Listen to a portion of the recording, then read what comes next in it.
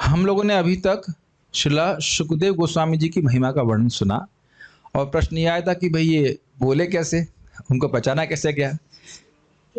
नहीं, श्रीमद् भागवत ही पढ़ा रहे हैं, श्रीमद् भागवत और चैतन्य चरितामृत को संडे के लिए रखते हैं। और अब परीक्षित महाराज के बारे में पूछ रहे हैं कि इतने बड़े राजा थे, इतने महान भक्त थे, वह कैसे भागवत को सुने। तो उनके गुणों को 5 श्लोक में बता रहे हैं। तो आज हम 3 श्लोक करेंगे, 9, 10, 11 और कल 2 श्लोक करेंगे।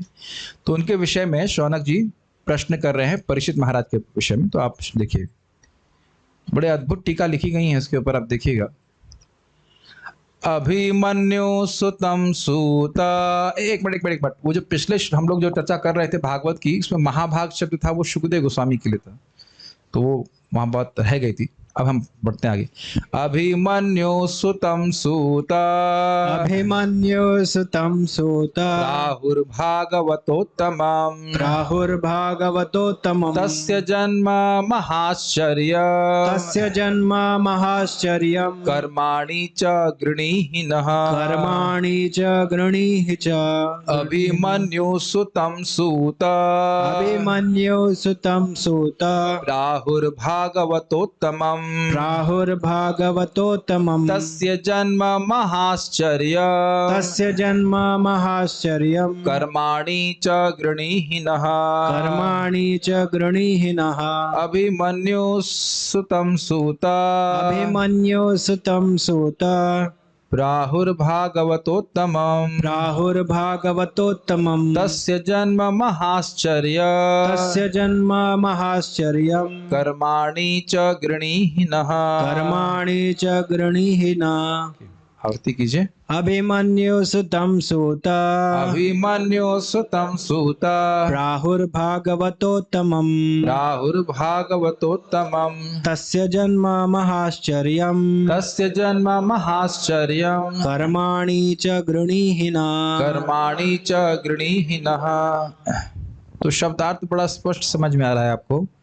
सूत मतलब सूत गोस्वामी, हे सूत गोस्वामी, अभिमन्यु सुतम सूत, काव्य की दृष्टि से देखी तो कितना सुंदर लग रहा है। अभिमन्यु सुतम सूत, तो हे सूत गोस्वामी अभिमन्यु के बेटे। अभिमन्यु सुतम समझ रहे हैं, सुतम मतलब बेटे। अभिमन्यु सुत कौन है? परीक्षित महाराज। प्राहुर भागवतोत्तम, प्राह आह मतलब बोलना और प्राह मतलब प्रकृष्ट रूप से बोलना, बहुत अच्छे से बोलना, यानी कि उनके बारे में बहुत अच्छी प्रकार से कहा जाता है कि वह तो भागवतों में उत्तम थे, परम भागवत, महाभागवत थे। समान भागवत भी नहीं थे, समान भागवत नहीं थे, महाभागवत थे। तस्य जन्म महाश्चर्यम, उनके जन्म महाआश्चर्यजनक है। क्यों है? क्योंकि माँ के गर्भ में ही उन्होंने मंगल आरती करी थी। मतलब माँ के गर्भ में ही भगवान कृष्ण के साक्षात दर्शन हुए थे। ये सब बड़ी ही आश्चर्यजनक घटनाएं आप आगे सुनने वाले हैं इसी प्रथम स्कंद में। और इसी कारण से एक्चुअली छोटा सा बता दे रहा हूँ जिसको नहीं पता है, वैसे तो डिस्कशन वहां पे आएगा, कि उनको मारने के लिए अश्वत्थामा ने ब्रह्मास्त्र चलाया था कि उत्तरा नाम था ना उनके, हाँ, उत्तरा नहीं मरे लेकिन उनका गर्भ मर जाए, ये प्लानिंग थी। ब्रह्मास्त्र इस प्रकार से होता है कि जिसके टारगेट करेंगे वही मारा जाएगा। तो वो उनको बचाने के लिए भगवान उत्तरा के गर्भ में प्रवेश कर जाते हैं और ब्रह्मास्त्र को निरस्त कर देते हैं। एक वर्जन ये है। दूसरा वर्जन ये है कि वो मर जाते हैं, जल जाता है वो गर्भ, लेकिन फिर उनको भगवान जागृत दोबारा जीवित कर देते हैं। तो दोनों ही बात समझ लेना चाहिए। लेकिन बात ये है कि भगवान ने अंदर जाकर के, माँ के गर्भ में जाकर के उनको दर्शन दिए। इसीलिए जब वो बाहर आए, इनका जन्म हुआ, तो वह परीक्षा करते थे कि जिस व्यक्ति का मैंने दर्शन अपनी माँ के गर्भ में किया वो कौन था। और आप जानते हैं कि उनके जन्म के पहले ही भगवान कृष्ण का तिरुभाव हो चुका था। तो परीक्षा करते रहते थे कि वो कृष्ण कौन है। तो कृष्ण का दर्शन इस प्रकार से नहीं, जो हमारी अभी तक की समझावट है, कृष्ण को ऐसे नहीं देख पाए थे। लेकिन जन्म लेते ही परीक्षा करते वो कौन व्यक्ति था जिसने उसका दर्शन मुझे माँ के गर्भ में प्राप्त हुआ। ये बहुत आश्चर्य की बात है, ठीक है। इसलिए इनका नाम परीक्षित हुआ था। न सिर्फ उनका जन्म बहुत आश्चर्यजनक था, अभी तो उनके कर्म भी बहुत आश्चर्यजनक है। अब आप देखिए कि हम लोग तो देख ही रहे कि कलयुग फैल रहा है, लेकिन कलयुग को रोक पा रहे हैं? रोक तो नहीं पा रहे हैं। और हम सुनेंगे कि कली पुरुष की पिटाई करी थी उनने, मतलब डांटा था उसके, तुम जान से मार दूंगा मैं, इस प्रकार का। तो यह भी बड़ा उनका आश्चर्यजनक कर्म था। और भी आप उनके आश्चर्यजनक कर्मों को श्रवण करेंगे प्रथम स्कंद में। तो तस्य जन्म महाश्चर्यम कर्माणि च गृणीहीनः, गृणी मतलब बोलिए और न मतलब हमसे। तो कह रहे हैं उनका मतलब परीक्षित महाराज के जन्म, परीक्षित महाराज के जन्म नहीं होना चाहिए, परीक्षित महाराज का जन्म और उनके बहुत से कर्म बड़े आश्चर्यजनक हैं, तो उनसे उनको हमसे कहिए। संस्कृत समझ में आ रही है? तस्य जन्म, तस्य मतलब इतना देर लगता है तस्य बोलने, उसका, तस् का मतलब तो उसका ही होता है। इतना तो छोटा बच्चा भी सीख जाता है हिंदी बोलते बोलते। आप सब लोग ऐसे तो सीखे हो, मदर लैंग्वेज ऐसे सीखे है ना, सुन सुन करके। तस्य मतलब उनका, और जन्म मतलब जन्म, और महाआश्चर्य तो कठिनाई है नहीं, महाआश्चर्य, महाआश्चर्य जन्म परीक्षित महाराज का था, और उनके कर्म भी बड़े आश्चर्यजनक थे, वे हमें सुनाई।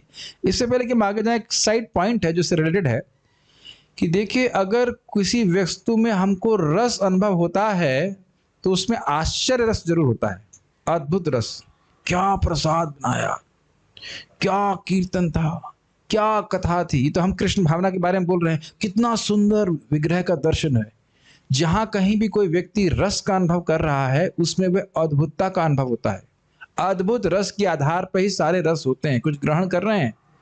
यहां तक कि कोई व्यक्ति बुरा भी बोल देता है, तब भी हम कुछ ही रस का अनुभव कर रहे हैं, कुछ ग्रहण करते हैं, और उसमें कहते हैं अरे ऐसा कैसे बोल दिया उसने, कितना बात खराब बोल दी हमको।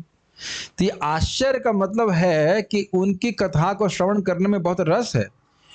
और पहले ही बोल दिया गया है कि भागवतोत्तमा, इस श्लोक की शुरुआत में बोल दिया, अर्थात उनके जितने भी जन्म कर्म हैं उनका संबंध भगवान कृष्ण से होगा, इसलिए सुनना चाहते हैं। आगे भी जाकर बोलेंगे कि बताइए यदि कृष्ण कथा इससे उपजती है, इस कथा को बोलिए यदि इस प्रसंग में कृष्ण कथा आती है तो। बड़े सेलेक्टिव हैं शौनकादि ऋषि, कुछ और नहीं सुनना चाहते, समझ रहे हैं? तो परीक्षित महाराज के बारे में श्रवण करने के लिए उत्सुक हैं, क्योंकि उसमें कृष्ण कथा आएगी ही। भगवान, आप आज ही मैं महाराज अपने गुरु महाराज से श्रवण कर रहा था कि पूरे भागवत में 9 स्कंद में कृष्ण कथा तो है ही, लेकिन भक्तों की कथा बहुत अधिक है, और भक्तों की कथा में कृष्ण कथा है ही। ऐसे अमरीश महाराज की कथा चलती है, भगवान विष्णु की कथा उसमें आएगी, तो भगवान की कथा को आप उससे अलग नहीं कर सकते। आपने सुना होगा, प्रभुपाद जी तात्पर्य में बीच में बोले थे, उत्तम श्लोक चरितम, अर्थात भक्तों की कथा और भगवान की कथा दोनों श्रवण करने से हमारी अविद्या नष्ट होती है। आज भी एक भक्त ने, सनक सनातन प्रभु चर्चा कर रहे थे कि हमें हृदय में लौल्यम कैसे प्राप्त होगा, भगवान को प्राप्त करने की इच्छा कैसे प्राप्त होगी। स्पष्ट है, भक्तों का चरित्र सुन करके, भगवान के किस प्रकार से भगवान से प्रेम कर रहे हैं। स्वाभाविक से मैं तो नहीं मान सकता कि कोई व्यक्ति श्रवण करे प्रमाणिक रूप से और फिर वो मतलब वह वैसा ही रह जाए। जैसे आप लोगों को मैंने गोविंद की कथा सुनाई थी, मैं उधर कथा नहीं सुना रहा हूँ, आगे चतुर्थ में तो सुनाऊंगा। कितनी कथाएं सुन चुके हैं रघुनाथ दास गोस्वामी। तो उनकी भक्ति, उनके भजन को अप्रिशिएट करना से भी हमारी भक्ति बढ़ती है। इसको आप आगे भी चतुर्थ में सुनेंगे कि किस प्रकार से रूप गोस्वामी, सनातन गोस्वामी के भजन की चर्चा करते थे, क्या कैसे कैसे रह रहे हैं। महाप्रभु पूछते कैसे रह रहे हैं, कैसे भजन कर रहे हैं, क्या कर रहे हैं, इत्यादि इत्यादि। तो बड़ा अच्छा इस प्रकार का भक्तमाल होना चाहिए। भक्तमाल मतलब भक्तों का गुणगान होना चाहिए, लेकिन निंदा नहीं होना चाहिए। तो आप समझ रहे हैं, ये लोग बहुत उत्साहित हैं परीक्षित महाराज के बारे में श्रवण करने के लिए। तो ये पॉइंट आपको याद रखना पड़ेगा, तब समझ में आएगा कि भाई परीक्षित महाराज के बारे में बात आई क्यों। आगे के 6ठे अध्याय से बात आएगा किस प्रकार से भगवान कृष्ण को बचा रहे हैं और वह कलयुग को किस प्रकार से डांट रहे हैं। तो ये यहाँ पे पॉइंट याद रखना पड़ेगा कि ये पॉइंट यहाँ पूछा गया था, ये बात पूछी गई थी कि उनके जन्म और उनके कर्मों के बारे में बताइए, इसलिए सूत गोस्वामी बता रहे हैं। देखिए, इस प्रकार से हम लोग प्राय ध्यान नहीं देंगे कि भाई ये प्रश्न कहाँ आया और ये कथा क्यों आई। कथा याद रहती नहीं, उसका प्रसंग याद नहीं रहता, किस प्रसंग में वो कथा बोली गई। अगर प्रसंग मालूम चलता है तो कथा में थोड़ी रुचि रहती है। तो याद रखिएगा कि परीक्षित महाराज के जन्म और कर्म को बताने के लिए कहा गया था, रिक्वेस्ट की गई थी, इस कारण से भी सूत गोस्वामी इसको बोलेंगे। कहा जाता है कि महाराज परीक्षित उच्च कोटि के भगवत भक्त थे और उनके जन्म तथा कर्म अत्यंत आश्चर्यजनक हैं, कृपया उनके विषय में हमें बताइए। बाल प्रबोधिनी, जब यह कहा गया कि परीक्षित महाराज मरने तक व्रत लेकर के कथा सुने, तो यह भी अतीव आश्चर्य में था, इसलिए उनका जन्म और चरित्र भी आश्चर्य में होगा। इसलिए उसको कहने के लिए यहाँ 5 लोग, यह लिए 5 लोग यहाँ कह रहे हैं। ये भी कितना सुंदर बात है ना। ये बात तो मैं भी इस तरह से सोचा नहीं, लेकिन अभी लिंक देख रहा हूँ तो अभी सोच रहा हूँ। बहुत सारी बातें कथा के समय भगवान प्रकट करा देते हैं कि जब वो कहा प्रायोपविष्टम गंगायाम परितम परमर्श भी, पिछले अध्याय में सुने थे ना अभी बात, कि प्राण त्यागने के लिए अन्न जल त्याग करके बैठे थे, और वह भी युवावस्था में बैठे थे। इसको भी आगे भी आप श्रवण करने वाले हैं। तो ये कुछ आश्चर्यजनक बात नहीं लग रही आपको? एकदम से, जैसे मान लो अभी हम सब युवा ही हैं, हमारी उम्र कितनी होगी? 29 बोलते हैं, नहीं 29 नहीं, 39 39 के अराउंड हमारे इंजन की शरीर मतलब उम्र हो गई है। तो एकदम से मान लो मैं आप कहें कि अरे भाई कल वो बैठ गए, अन्न जल त्याग करके बैठ गए, तो क्या हुआ? अरे क्या बात है? एकदम से आश्चर्य होगा ना। एकदम हष्ट पुष्ट का व्यक्ति है, स्वस्थ है, वो एकदम से अन्न जल त्याग करके बैठ गया। और चलो अकेले बैठा, हो सकता हो कोई मोर्चा लेके बैठा हो, लेकिन आपने क्या सुना था? गंगायाम और परितम परमर्श भी। याद आ रहा है आप लोगों को? गंगा जी के तट पे बैठे थे और ऋषियों से घिरे होके बैठे थे। तो ये आश्चर्य की बात नहीं है, यानी कि शरीर छोड़ने जा रहे हैं तो बहुत सारे ऋषि उनको घेरे हुए हैं, तो वो भी बड़े आश्चर्य की बात है। तो इसलिए उनके अन्य कर्मों को भी जानना चाहते थे। जैसे आप देखिए रघुनाथ दास गोस्वामी जी के बारे में एक बात सुनी कि मट्ठा पीते थे 3 दिन में एक बार, तो और भी बातें श्रवण करी ना, किस प्रकार से दंडवत करते थे, ये सब करते। तो अगर एक बात आप सुनेंगे, इतना भजन कर रहे हैं कि 3 दिन में केवल एक बार वो मट्ठा पी रहे हैं, तब और उनके बारे में जानना चाहेंगे कि नहीं चाहेंगे? तो इसलिए वो कह रहे हैं कि जब ये बोला गया सूत गोस्वामी जी के द्वारा कि ये भागवत सुखदेव गोस्वामी ने तब बोली जब परीक्षित महाराज शरीर छोड़ने के लिए गंगा जी के तट पे बैठे हुए थे ऋषियों के साथ में, तो वहां से भी बात पकड़ में आ रही है कि नहीं, इनके कर्म तो हमने बहुत सुने हैं कि बात आश्चर्यजनक है, आप हमको बताइए। तो 5 श्लोकों में इसका वर्णन कर रहे हैं, समझ में आ रहा होगा, तो कठिन नहीं। हे सूत गोस्वामी, भगवत भक्तों का चरित्र हमारे द्वारा सुना जाना चाहिए, और अभिमन्यु के पुत्र परीक्षित महाराज तो भागवतों में श्रेष्ठ हैं, इसलिए उनके महान जन्म और कर्मों को हमसे कहिए। ये हमेशा ध्यान रखिएगा कि भक्त लोगों को ये महान भक्तों का चरित्र श्रवण करने में बहुत उत्साह होता है। जैसे स्वयं श्रीमन चैतन्य महाप्रभु प्रहलाद महाराज के चरित्र और ध्रुव महाराज के चरित्र को 108 बार गदाधर पंडित जी से सुने थे, 108 बार। कभी वो थकते नहीं थे श्रवण करने में। कभी कभी लोग सोचते हैं हम केवल रासलीला सुनेंगे, ऐसा नहीं है। महाप्रभु ध्रुव चरित्र भी सुन रहे हैं, है ना।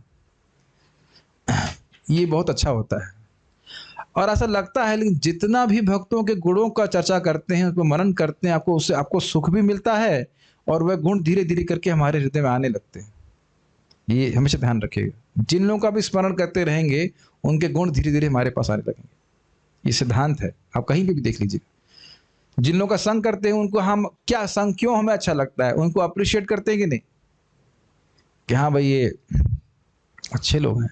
अब अच्छे की डेफिनेशन अलग है सबकी, कितना अच्छे से दारू पीता है मान लीजिए कोई, हाँ अरे वो तो नीट पी लेता है, बिना पानी मिला पी लेता है, तो वो सोचता है मैं तो पानी मिला के पी रहा हूँ, अभी मैं हीन हूँ, तो मुझे ये तो पीने वालों में उत्तम है तो मुझे इनका संग करना। तो अब आप लोग सोच रहे ना कि भाई हम तो खा पी के भजन करते हैं, खा पी के मतलब सुनते हैं, लेकिन देखिए ना परीक्षित महाराज तो बिना खाए बिना पिए बिना सोए कथा श्रवण कर रहे हैं, कितना उनको भगवान से प्रेम होगा। क्या मन में नहीं आती बात? ये मेरे तो एकदम स्पष्ट आती है, मैं कहाँ हूँ और देखिए लोग कितना भजन कर रहे हैं। मतलब हीन भावना नहीं आती है, लेकिन वो महान भक्त है, लेकिन एक एस्पिरेशन तो आती है ना कि काश मेरा भी ऐसी कथा में और भगवान के नाम में रुचि हो। जब सुनेंगे ही नहीं तो लगेगा कि हाँ कुछ प्राप्त करने लग, कुछ प्राप्तव्य नहीं लगता है भक्ति में। हरिदास ठाकुर जी को पूरी रात पता नहीं चलती थी हरि नाम कहाँ चला गया, जैसे हम लोग सोते ना और लगता है अलार्म कहाँ से बजा, मतलब इस प्रकार का एब्जॉर्प्शन हरे कृष्ण मंत्र में। उस समय घड़ी तो वैसे भी नहीं रहती थी उनके पास, उस समय बड़ी दिक्कत होती होगी ना, साधकों को घड़ी भी नहीं देख पाते होंगे। यहाँ जब करते तो कम से कम कुछ देखने के लिए घड़ी है, लेकिन इस प्रकार का भजन लोगों ने किया है तो उनको श्रवण करने से हमारी इच्छा आती ही है। इज इट नॉट कि हम इस प्रकार से भक्ति करें। महाश्चर्य कहने से तात्पर्य यह है कि भगवान के द्वारा उनकी गर्भ में ही रक्षा हुई थी, यह तो हमने सुना है, परंतु पुनः आपके कथन से स्पष्ट हो जाएगा यह सूचित होता है। देखिए कोई घटना आश्चर्यमय हो तो क्या उसको हम बार बार देखना सुनना नहीं चाहते हैं? अरे कहीं बम फट जाता है तो वही न्यूज़ व्यक्ति 2-4 जगह से देखता है, वही व्यक्ति बोल रहा है, फिर उसको दूसरी जगह बोल रहा है। क्या ऐसा आप होते हुए नहीं देखते? या न्यूज़पेपर में देखते हैं अलग अलग क्या रिपोर्ट आई है, तो कारण क्या है? उसको आश्चर्य, उस आश्चर्य के कारण उसमें रस लगता है, उसको अलग अलग प्रकार से आस्वादन करना चाहते हैं। समझ रहे ना बात? तो इसलिए कह रहे हैं कि ऐसा नहीं है कि हमको नहीं पता है, लेकिन आपके द्वारा श्रवण करेंगे तो बहुत अच्छा लगेगा। जैसे आज देखिए सीधी बात, वो जो था ना आज, क्या श्लोक था वो? तत्साधु मन्ये असुरवर ये देहि नाम सदा समुद्विग्न धियाम असदग्रहात्। क्या हम लोग पहली बार कई बार नहीं सुने? कई बार सुने, लेकिन मैं खुश हो गया कि आज महाराज के एक मतलब पाले में ये श्लोक पड़ गया, तो आज महाराज बहुत अच्छा बोलेंगे। और ऐसा नहीं है कि हमेशा महाराज नई बात बोलते हैं। अगर आपने श्रवण किया हो, परम पूज्य विद्याचार्य आप सुने होंगे, सभी लोग कथा सुने होंगे। ऐसा नहीं है कि वो कुछ नई बात बोलते हैं हमेशा, लेकिन वो बड़ा रसमय लगता है। शुद्ध वैष्णव से श्रवण करने से वो वही बात बड़ी अच्छी लगती है। प्रभुपाद जी के प्रवचन सुनिए, बस वही प्रभात, अगर मान लो प्रभुपाद ये बात भी बोलते हैं, you should understand you are not the body, बड़ा अच्छा लगता है। बड़ा अच्छा लगता है। प्रभुपाद जी बोल रहे थे एक जगह प्रवचन में, हाँ डांट के भी बोलते हैं, और एक व्यक्ति पूछा कि भगवान को देख सकते हैं? Yes you can see, but you have to give up your rascaldom, you have to become non rascal, you are a rascal and that's why you can not see. बहुत डांटना शुरू कर दिया। अरे तुम चोर हो, इसलिए तुम कृष्ण को नहीं देख पा रहे। साधु बनो, संत बनो, तब तुम भगवान को देख पाओगे। लेकिन वो भी बड़ा मीठा लगता है। तो गिव अप योर रास्कलडम। तो हम खाली बात कर रहे थे कि भक्त लोग कभी तृप्त नहीं होते। ये मत सोचिएगा, मैं सोच ही रहा था, ऐसा मेरे मन में है कि कम से कम इस तरह पढ़ा कर भागवत एक बार तो पूरी कर ले, लेकिन ऐसा नहीं कि मैं तृप्त होने वाला हूँ उससे। ऐसा नहीं कि चैतन्य चरितामृत से कोई तृप्त होने वाले। ये स्वयं भगवान कृष्ण की तरह है, कृष्ण ही है, तरह नहीं, कृष्ण ही है। जैसे हरे कृष्ण मंत्र से कभी हम तृप्त तो ना होते। तो इसलिए कह रहे महा आश्चर्य, बड़ा आश्चर्य है। अर्थात महा आश्चर्य मतलब महारसमय, ये समझ लीजिए। आश्चर्य जहां है वहां रस है। जैसे मान लीजिए एक हमारे प्रभु जी ने पूछा दाल कैसे बनी, ठीक है, मतलब कोई विशेष नहीं, लेकिन प्राय तो विशेष आइटम ही बनाते हैं। आज बनाया राजमा कैसे, बहुत अच्छा है। कुछ ग्रहण कर पा रहे हैं ना? आश्चर्य जितना होगा उतना ही आपको रस का अनुभव हो रहा है, या कह लीजिए जितना रस का अनुभव हो रहा है उतना ही आश्चर्य हो रहा है। कुछ ग्रहण कर रहे हैं, ठीक है ना? तो महा आश्चर्य से कहने का अर्थ है महारसमय। जितना उसको श्रवण करके मनन करके बहुत सुख भक्तों को मिलता है। ये बात धीरे धीरे जब होएगी तो आप देखिएगा, जो श्रीमद् भागवतम के प्रसंगों को थोड़ा मनन करने लग जाएंगे तो बहुत अच्छा लगता है। आप जब भी करेंगे तो आपके मन में चलेगा ये बात, हाँ परीक्षित महाराज ऐसे थे। इससे पहले कि मैं आगे जाऊँ, आज एक छोटा सा रिफ्लेक्शन आया कि देखिए हम लोग को कितना बड़ा भाग्य है कि कली जैसे युग में, जिसमें कोई व्यक्ति सब बुद्धू ही होते हैं, बुद्धिमान होता ही नहीं है, हम लोग रोज भक्तों का संग कर रहे हैं जो परम बुद्धिमान है, क्योंकि वे भगवान का नाम उच्चारण कर रहे हैं, भगवान की सेवा कर रहे हैं। ये आश्चर्य, ये सामान्य बात मत लीजिएगा।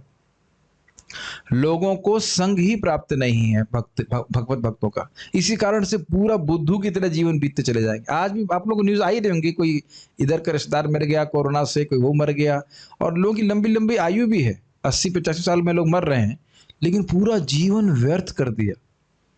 मतलब मरे वो कोई दुख नहीं होता है, दुख इस बात का होता है कि अपनी एक बहुमूल्य निधि को भगवान को सेवा में नहीं लगा पाए, जीव को भी भगवान की सेवा में नहीं लगा पाए, कान को भगवान की सेवा में नहीं लगा पाए। ये बहुत बड़ा नुकसान है, बहुत नुकसान खा रहे। तो बहुत बड़ा भाग्य है कि हम लोगों को भगवान की भक्ति करने को मिल रहा है, वही प्रामाणिक रूप से। पता नहीं कितना आप समझ पाते हो, समझ ही रहे होगे, मैं समझता हूँ।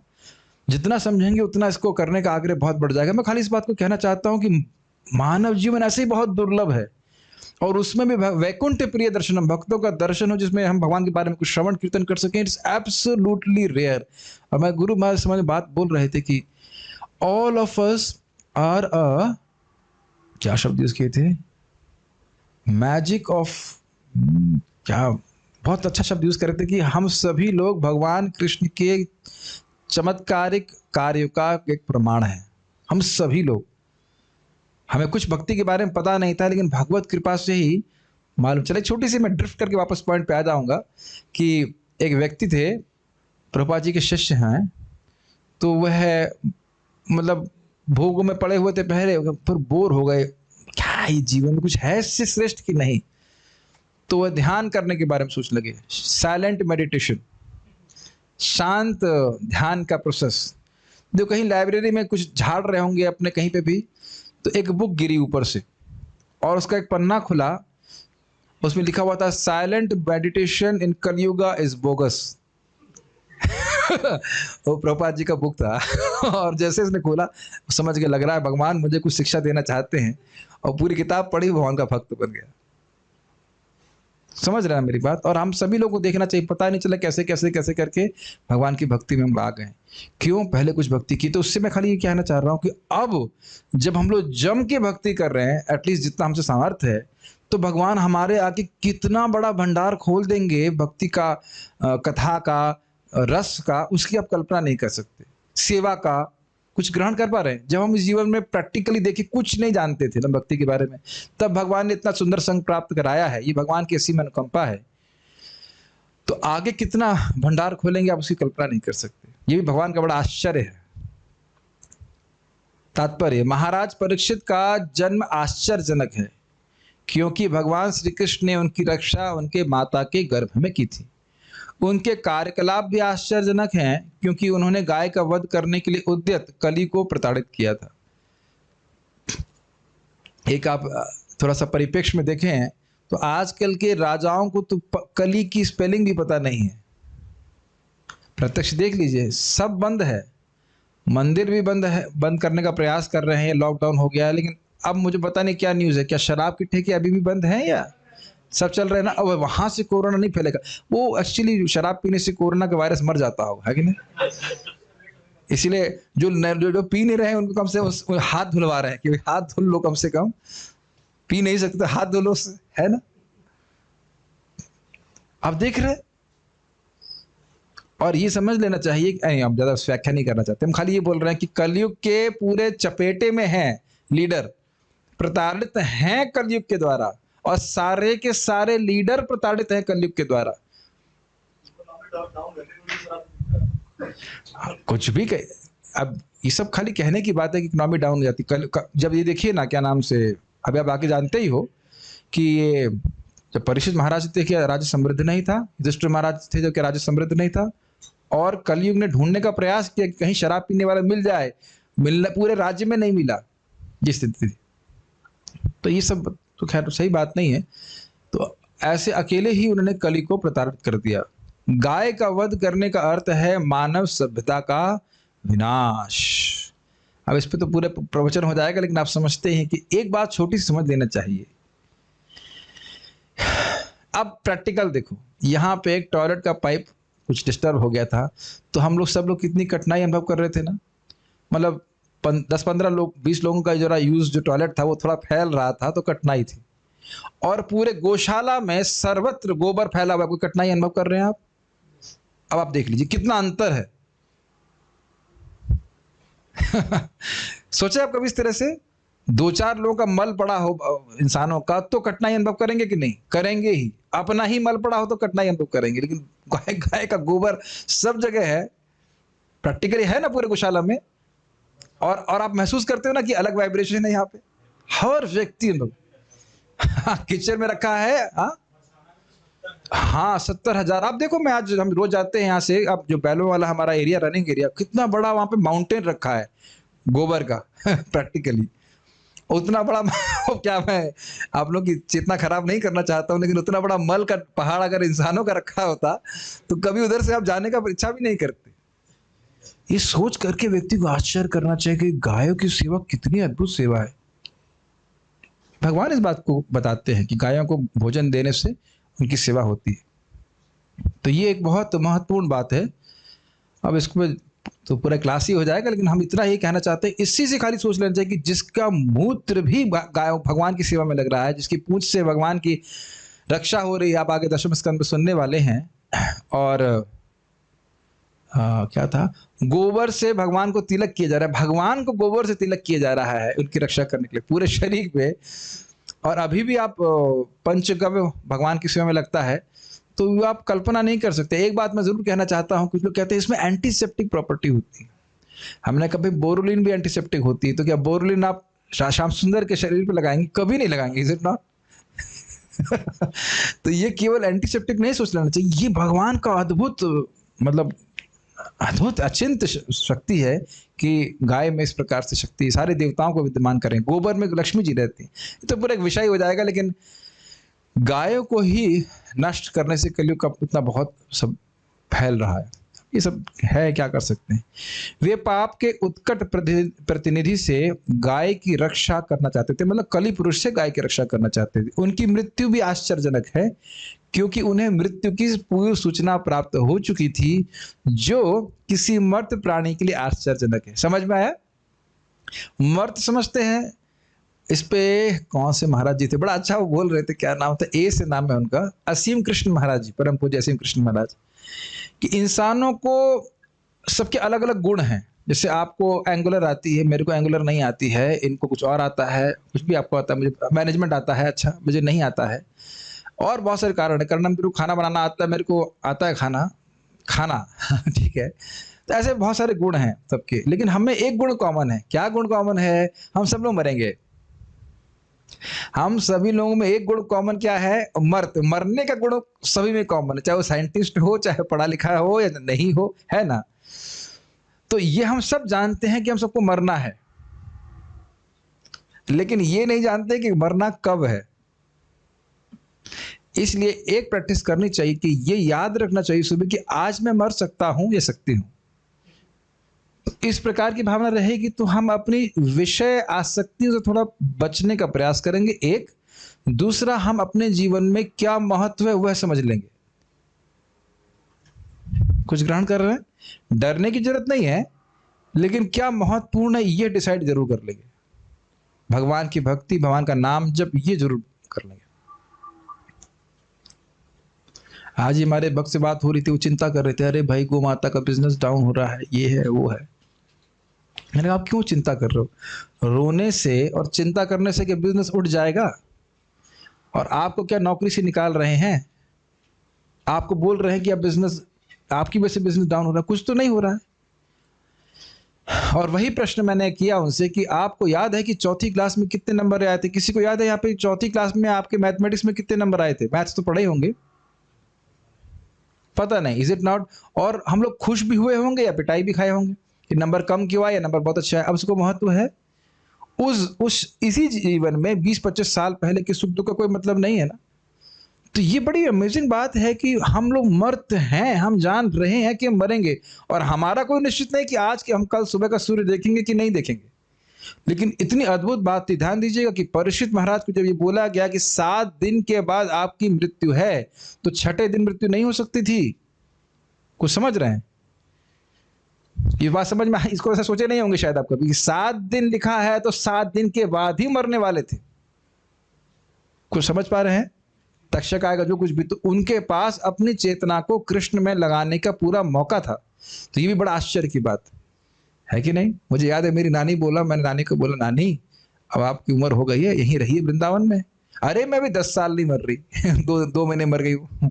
लेकिन हाँ, अच्छी बात ये थी कि यहाँ पे वृंदावन में आकर शरीर छूटा। तो कौन जान रहा है कौन कब तक जिंदा रहेगा। इसके बहुत सारी बातें हैं, मेरे मन में बहुत सारे रिफ्लेक्शन चलते रहते हैं। कई बार किसी से राग होता, किसी से द्वेष होता है, ये व्यक्ति अच्छा नहीं है। तो 2 पॉसिबिलिटी रख लीजिए। एक सोचिए कि अगर मैं आज मर जाऊं तो कोई महत्वपूर्ण है से द्वेष रखना, और अगर वो आज मर जाए, ये नहीं बोल रहा हूं कि वो मर जाए, यदि वो मर जाए तो क्या महत्वपूर्ण रहेगा उसे द्वेष करना? बड़ा सिंपल सा एक्सरसाइज आप रखेंगे तो समझ जाएंगे कि किसी से द्वेष करने का कोई प्रयोजन नहीं है, सब अपने स्वभाव के अनुसार कार्य करें। बहुत इंपॉर्टेंट बात है। मर्द थे तो इनको पता था कि 1 हफ्ते के बाद मैं मरूंगा, ये हमको पता नहीं। इस तरह उन्होंने, अच्छा मर रहे, चलो ये भी इसमें आश्चर्य क्या बात है, मालूम भी चल गया कि 1 हफ्ते बाद मरेंगे, तब इसमें कौन से आश्चर्य की बात है? आश्चर्य की बात यह है कि घबराए नहीं। अगर इसमें प्रभुपाद जी की जगह बताते हैं कि एक व्यक्ति को मालूम चला कि तुम 4 दिन में मर जाओगे, ऐसा कुछ था, डॉक्टर ने बोला, कहा नहीं नहीं नहीं, हाँ मुझे कुछ तो मौका दे दीजिए, मुझे 4 साल दे दीजिए, 4 साल दे दीजिए। कहा नहीं, तुम 4 दिन में मर जाओगे। तो जिस व्यक्ति को 4 दिन पता था मर जाओगे, तो क्या वो वृंदावन आ गया? नहीं आया ना। क्या वो भगवान अपने मन को लगा पाया? नहीं लगा पाया। तो ये भी एक आश्चर्य की बात है कि अगर व्यक्ति को पता भी हो, उन्हें पता चला कि हाँ 7 दिन में मेरी मृत्यु हो जाएगी, तो घबराए नहीं। और आप कथा जानते भी हो, तो जो शाप दिया था उसके प्रति उसको प्रतिशाप नहीं दिए। यद्यपि वह शाप को निरस्त करने में समर्थ थे, वह भी नहीं किया, उसको स्वीकार किया, और 7 दिन के अंदर ही भगवान में अपने मन को लगा करके भगवान की प्राप्ति कर ली। वैसे तो भक्त थे ही और पहले से भगवान। इस तरह उन्होंने गंगा के तट पर आसीन होकर भगवान की दिव्य लीलाओं को सुनते हुए प्रयाण करने की तैयारी कर ली थी। जब तक वे भागवत का श्रवण करते रहे, उन्होंने ना तो भोजन किया, ना जल ग्रहण किया और ना ही वे एक क्षण सोए। कि एक और अपने ऑब्जर्वेशन है, पॉइंट ऑफ ऑब्जर्वेशन है कि आपने देखा है कि जो लोग मरते हैं उन्हें खाने पीने की बहुत इच्छा होती है। आपने नोटिस किया ये? चाट खाएंगे, ये खाने की इच्छा हो रही है, वो खाने की इच्छा हो रही है। इच्छा की बात छोड़ दीजिए, सब कुछ छोड़ करके, जल तक छोड़ करके वह शरीर त्यागने के लिए उपस्थित थे और सोए भी नहीं। ये भी प्राय देखा जाता है, जो मरने वाला होता है वो सोता बहुत है, कमजोर हो जाता है शरीर उसका। अतः उनकी सारी बातें आश्चर्यजनक हैं और उनके कार्यकलाप ध्यान से सुनने योग्य हैं। यहां पर उनके विषय में विस्तार से सुनने की इच्छा की गई है। अगला श्लोक देखिए। स सम्राट कस्य वा हेतो स सम्राट कस्य वा हेतो पाण्डुना मानवर्धनः पाण्डुना मानवर्धनः प्रायोपविष्टो गंगायां प्रायोपविष्टो गंगायाम् अनादृत्याधिराट श्रियम् अनादृत्याधिराट श्रियम् स सम्राट कस्य वा हेतोः स सम्राट कस्य वा हेतो पाण्डुना मानवर्धनः पाण्डुना मानवर्धनः प्रायोपविष्टो गंगायां प्रायोपविष्टो गंगायाम् अनादृत्याधिराट श्रियम् अनादृत्याधिराट श्रियम् स सम्राट, वो सम्राट थे। कोई कहे हो सकता हो कि भाई जैसे कभी कभी हो जाता है कि किसी का बिजनेस डाउन हो जाता है तो आत्महत्या कर लेता है ऐसा हो जाता है, डिप्रेशन में आके आत्महत्या कर लेता है। तो कोई सोचेगा, हो सकता हो कि भाई साम्राज्य छिन गया हो, राजवाज छिन गया हो, इस कारण से गंगा जी पे आके कि जो लोग मर जाएं, हम क्या इस शर्मसार जीवन को धारण करने से क्या फायदा होगा। तो कहते हैं ना, स सम्राट, वह तो सम्राट थे, पूरे विश्व के राजा थे। जरा आप कॉन्ट्रडिक्शन में देख लीजिए कि कोई यहाँ का प्राइम मिनिस्टर कोई हो, बूढ़ा होके मरेगा लेकिन कुर्सी नहीं छोड़ता था। वो छोड़ता है जब तक उनको धक्का मार के बाहर ना निकाल दिया जाए, वो कभी छोड़ना नहीं छोड़ना चाहते ना। कह रहे हैं स सम्राट, वह तो सम्राट थे, स मतलब वह तो सम्राट थे पूरे विश्व के।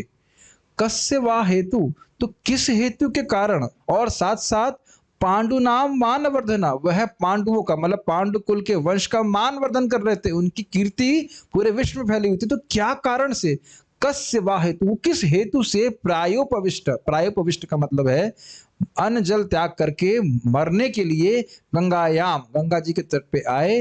अनादृत्य अधिराट श्रियम, अधिराट श्रियम मतलब पूरे विश्व के राज, पूरे विश्व की संपदा उनके पास थी, उसको अनादृत्य, अनादर समझते हैं आप, अनादर समझते हैं मतलब अच्छा नहीं मानना है, ठीक है, क्या सम्मान नहीं करना।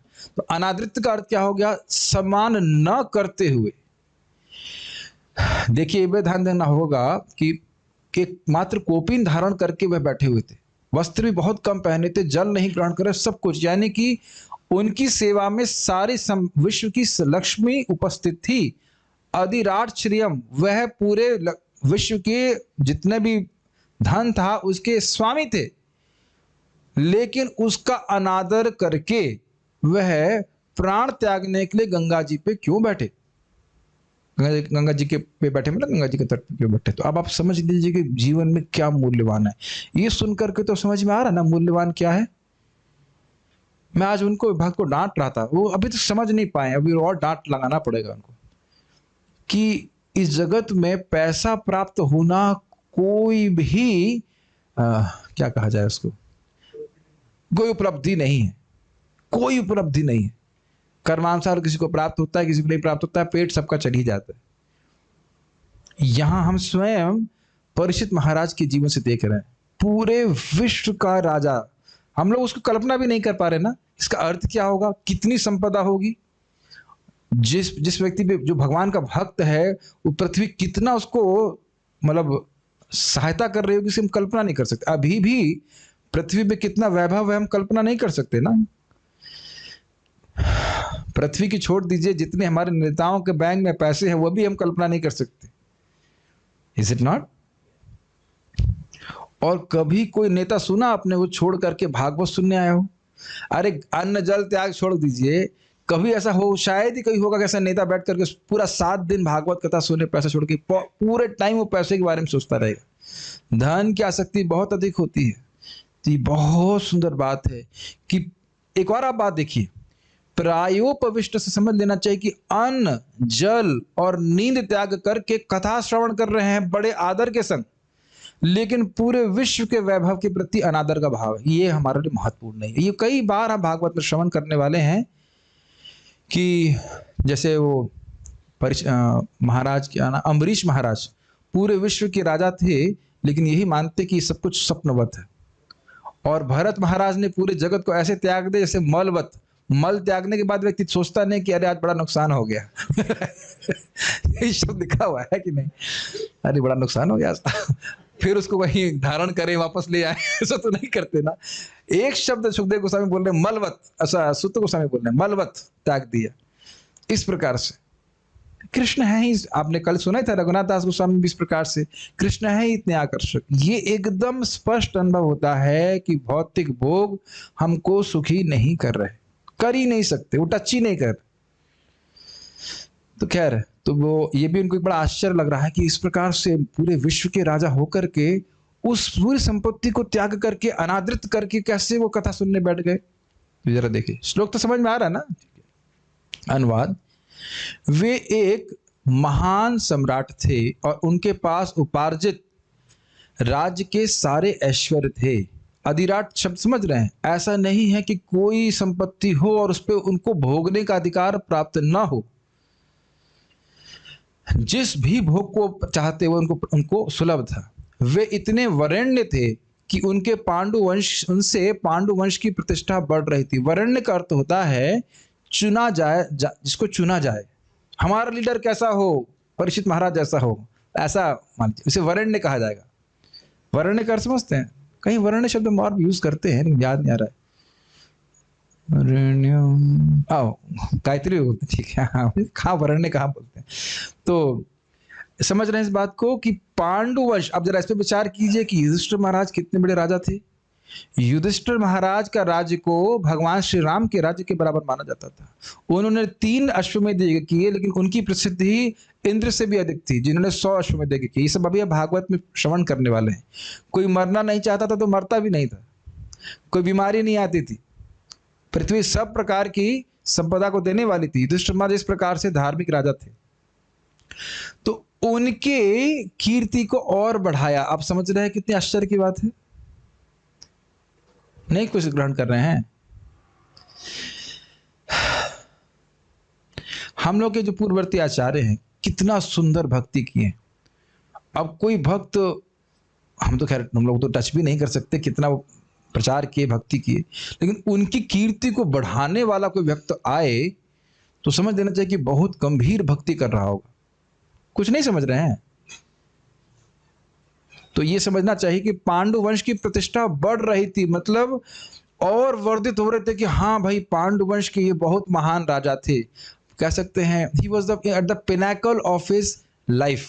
पिनाकल समझते, अपने जीवन की एकदम उच्चतर अवस्था में थे भौतिक रूप से। तो फिर वे सब कुछ त्याग कर गंगा नदी के तट पर बैठकर क्यों आमरण उपवास करने लगे? प्रायोपविष्टम गंगायाम। क्या कारण था भाई? क्या दुख था जो उनको? भाई हम तो नहीं देख रहे हैं कि भौतिक जगत में भौतिक व्यवस्था के अनुसार कोई दुख उनके जीवन में होना चाहिए, तो क्या हो गया जिसकी वजह से वो उपवास करने के लिए बैठ गए? उपवास तो आदमी दुख में करता है ना, या तो एकादशी होती है और या फिर कोई बहुत दुख होता है तो आदमी नहीं खाता है। तो एकादशी 7 दिन की तो होती नहीं है।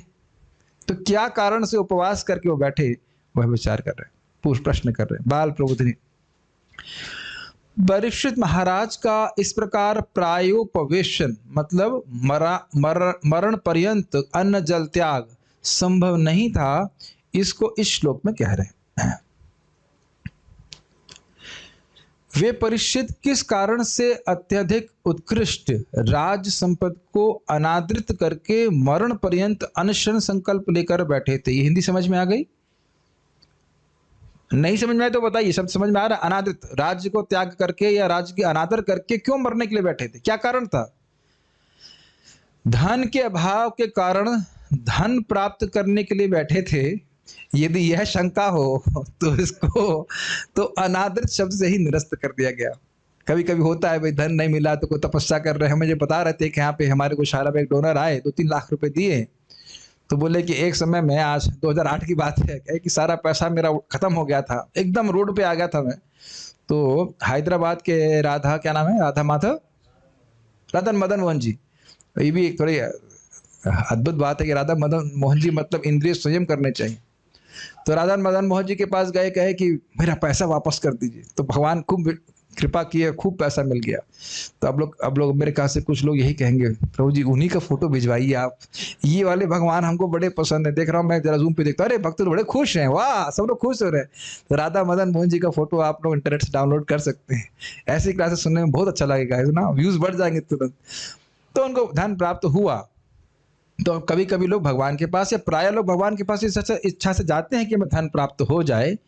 तो मान लो कोई शंका करे कि हो सकता हो धन वन चला गया हो, इसलिए बैठे हो धन प्राप्ति के लिए। तो कहते हैं ना, वो तो पूरे विश्व के राज्य के राजा थे और उसको अनादर करके, तिरस्कृत करके बैठे हुए थे, तो अनादर शब्द से वह निरस्त हो गया। ये शंका मत कीजिए आप कि धन प्राप्ति के लिए किए बैठे थे वहां पे। वह धन कैसे प्राप्त हुआ, मान लो ये क्या शंका करें, तो इस शंका को सम्राट अर्थात वे चक्रवर्ती राजा थे, इससे निरस्त किया गया।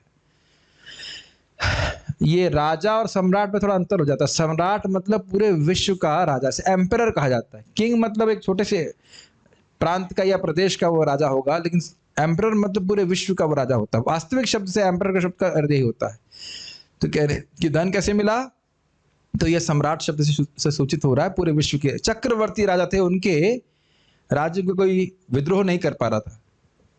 अरे हो जाता है, सब कुछ अच्छा होता है, लेकिन कभी कभी हो सकता है कि बेटा खराब निकल गया हो। ऐसा कि आप भागवत में देखेंगे, अंग महाराज भी पूरे विश्व के राजा थे, उनका लड़का निकला वेन, और वेन बड़ा क्रूर निकला, तो वो दुखी होकर के जंगल चले गए।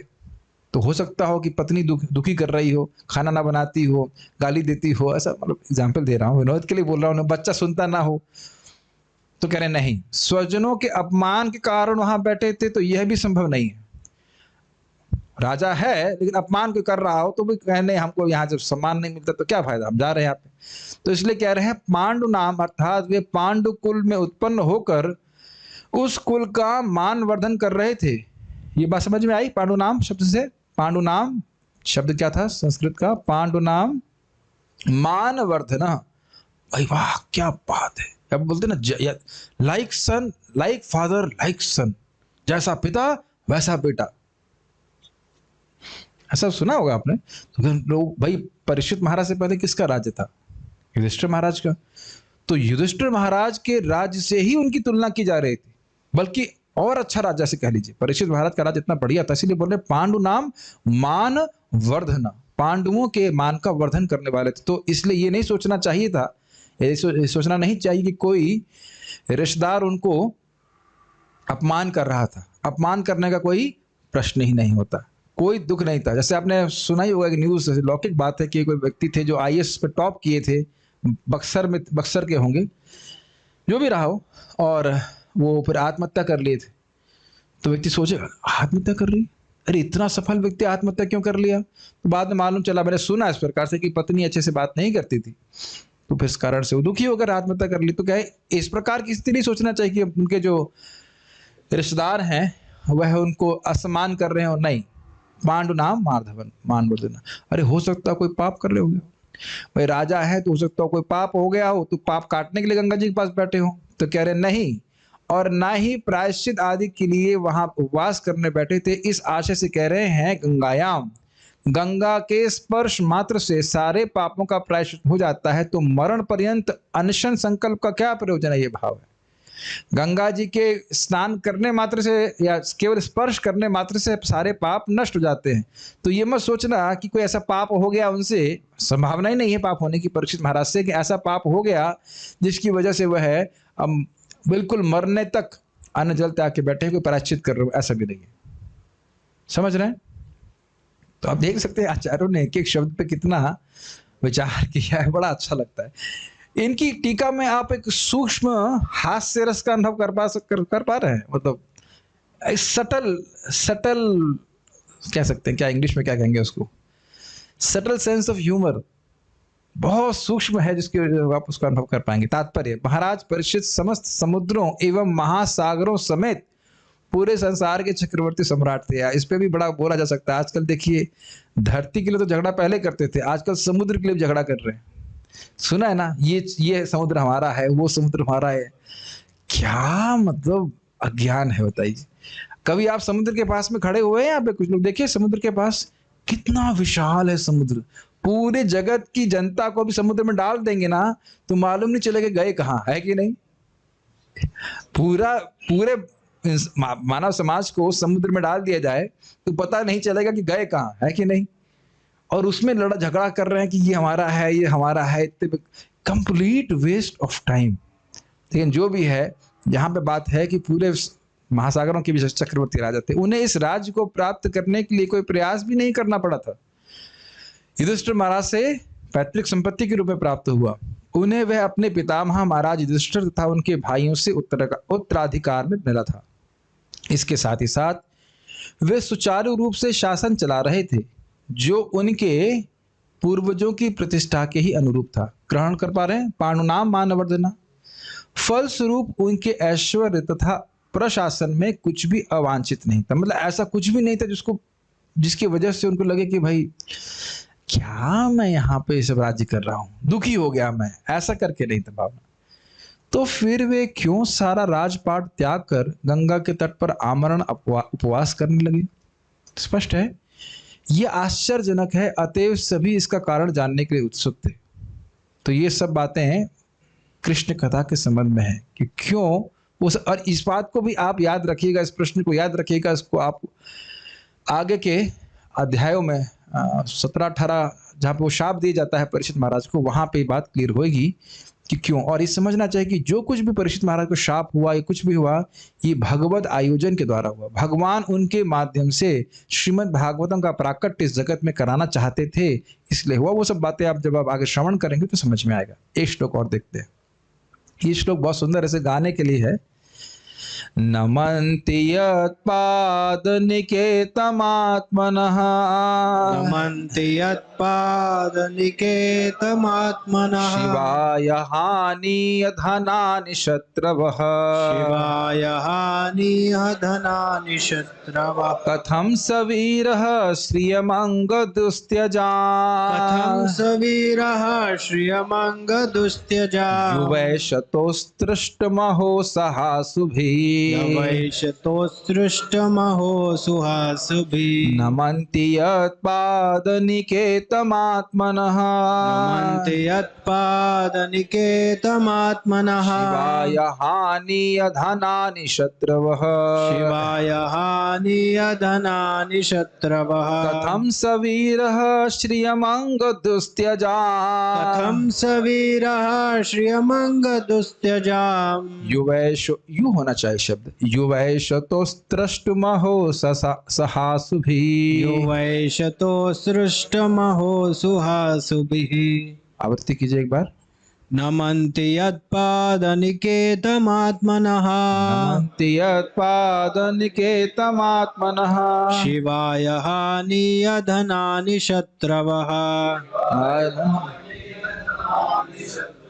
कथं स वीरः श्रियमङ्गदुस्त्यजान्, कथं सवीरः श्रियमङ्गदुस्त्यजान्, यवैषतोत्सृष्टमहो सुहासुभिः, युवैषतोस्त्रुष्टुमहो सहासुभिः। युवैष शब्द है, युवैष, यू ऊ छूट गया, यहाँ पे यू होना चाहिए, ऊ होना चाहिए। तो कह रहे हैं कि हो सकता है कि एक संभावना व्यक्त की जाए कि भाई झगड़ा बहुत हो रहा था, बहुत सारे राजा जो थे उनके जो अंडर में थे सब विद्रोह करने लग गए उनके, अब हम इनसे मैनेज नहीं कर सकते, बहुत झगड़ा कर रहे हैं, हम जा रहे हैं। तो कहते हैं ना, ऐसा नहीं है। नमन्ति यत्पादनिकेतमात्मनः, नमन्ति, नमन करते थे। कहाँ नमन करते थे? यत्पाद निकेत, निकेत समझ रहे हैं, निकेत मतलब घर। तो जहां उनके चरण रखे जाते थे, जहां पे परीक्षित महाराज के चरणों का घर था। चरणों का घर कहाँ होता है? अगर आप ध्यान दें, कभी प्राय सभी राजाओं की एक आसन होता था और उसके बाद एक छोटा सा एक स्टूल टाइप का रहता था जिसपे वह अपने चरणों को रखते थे। तो वो चरणों का घर हुआ कि नहीं हुआ, को समझ रहे हैं?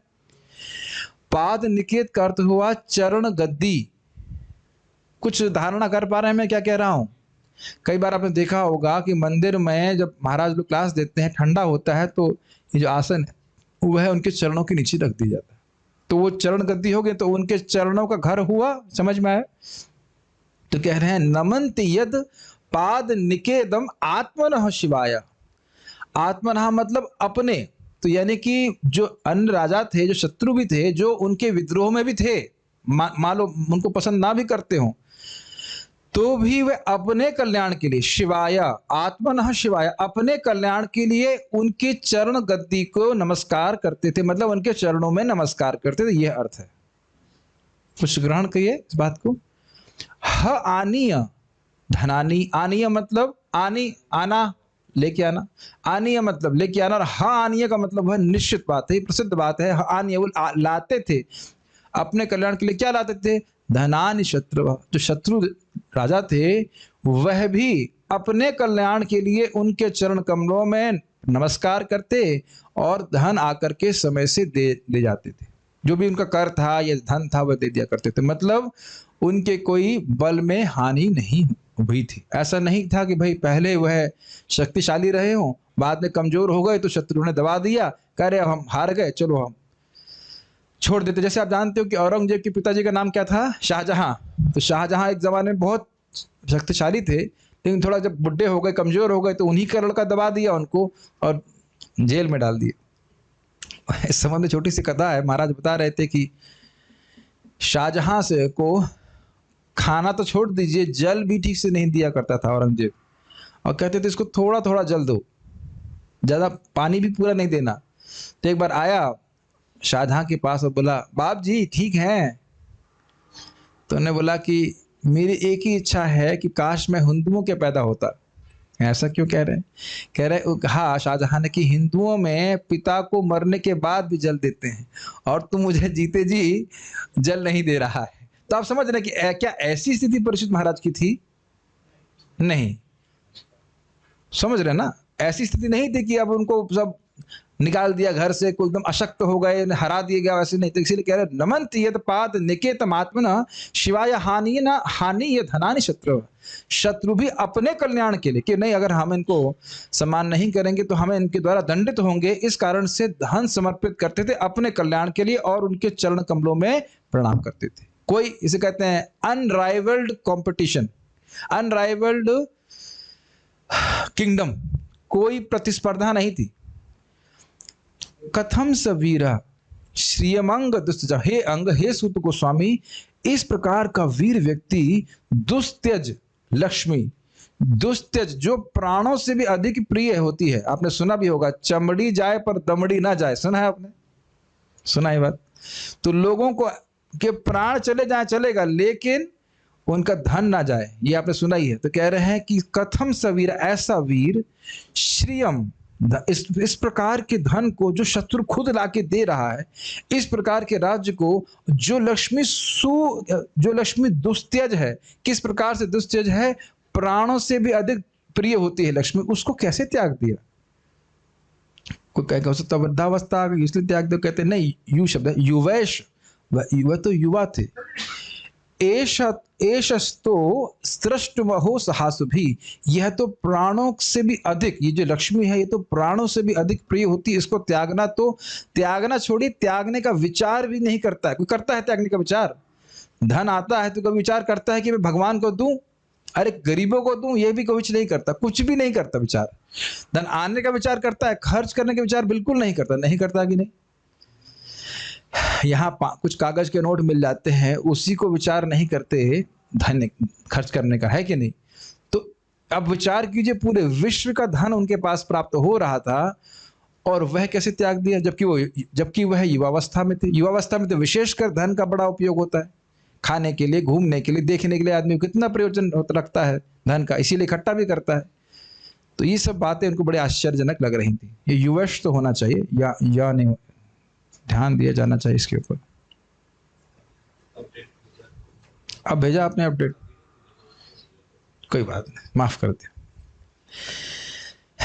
वे इतने बड़े सम्राट थे कि उनके सारे शत्रु आकर अपनी भलाई के लिए उनके चरणों पर अपना शीश झुकाते थे और अपनी सारी संपत्ति अर्पित करते थे। वे तरुण और शक्तिशाली थे और उनके पास अलभ्य राजसी ऐश्वर्य था। तो ग्रहण कर पाने लिंगों को ऐसा नहीं कि बुढ़े हो गए तो अब मिल भी रहा हो तो भोग नहीं सकते, चलो अब भजन करें, ऐसा नहीं। तो फिर वे अपना सर्वस्व, यहां तक कि अपना जीवन भी क्यों त्यागना चाह रहे थे बाल प्रबोध ने। और ना ही वे शत्रु के भय से उपवास कर रहे थे, उसको नमंती आदि श्लोक से कह रहे हैं। समझ में आया? ऐसा नहीं है कि शत्रु इतने भय प्रदान करने वाले हो कि वो डर के मारे जाकर के अब वो है राज्य त्याग करके गंगा जी पे बैठे हुए हैं। आप हमारे शरीर तुल्य हैं, इसलिए आपके सामने हमें प्रश्न करने में कोई संकोच नहीं हो रहा है। इस प्रकार सूत गोस्वामी को प्रोत्साहित करने के लिए कह रहे हैं, हे अंग। मान लो सूत गोस्वामी जी कहें, अरे एक प्रश्न करते, दो करते, आप तो प्रश्नों की झड़ी लगा दे रहे हैं। कितने 5 प्रश्न किए, 4 प्रश्न किए थे, 5 किए थे। सुखदेव गोस्वामी के बारे में 4-5 प्रश्न किए, इधर आप 5 प्रश्न कर रहे हो, क्या है ये? तो कह रहे हैं आप हमारे व्यक्ति हैं, अंग। अंग समझ रहे, जैसे मेरा हाथ मेरे शरीर का अंग है, तो आप हमारे व्यक्ति हैं। इस प्रकार के कोई प्रश्न करने में हमें कोई संकोच नहीं हो रहा है, इसलिए अंग कह रहे हैं। उनके अधिकार में जो देश थे, वहां के शत्रु राजा भी अपने कल्याण के लिए, परीक्षित महाराज को प्रसन्न करने के लिए एवं अपने सुख के लिए उनकी चरण चौकी पर धन आदि समर्पित करके उन्हें नमस्कार करते थे। तो ये तो स्पष्ट मैंने समझा दिया, लेकिन समझ लीजिए कितनी बड़ी बात है। एक क्षत्रिय के लिए किसी के सामने झुकना बहुत कठिन बात है। और एक क्षत्रिय नहीं, पूरे विश्व के जितने भी क्षत्रिय थे वो सब उनके चरण चौकी पर नमस्कार करते। ये बात आप लोगों को आसान बात लगती होगी, लेकिन आप देखिए क्या भारत अमेरिका के सामने झुकेगा, या अमेरिका कहीं चाइना के सामने झुकेगा, या चाइना कहीं झुकने वाला है, या रशिया कहीं से झुकने वाला है? हम बहुत सिंपल बात ले लेते हैं ना। इतने सारे लोग मिले हुए हैं, अपने अपने समूह बना बना कर सेना बना रहे हैं, कहीं झुकने वाले तो है नहीं ना। छोटा छोटा, अरे वो क्या नॉर्थ कोरिया भी झुक नहीं रहा है कि नहीं? नॉर्थ कोरिया भी जाकर के अमेरिका के सामने नहीं झुक रहा है। मतलब कितना छोटा है पता नहीं, इसका द्वीप जैसा है एकदम, उत्तर प्रदेश के बराबर भी नहीं होगा, मुझे अगर गलत नहीं बोल रहा हूँ, पता नहीं, उससे भी छोटा है ना।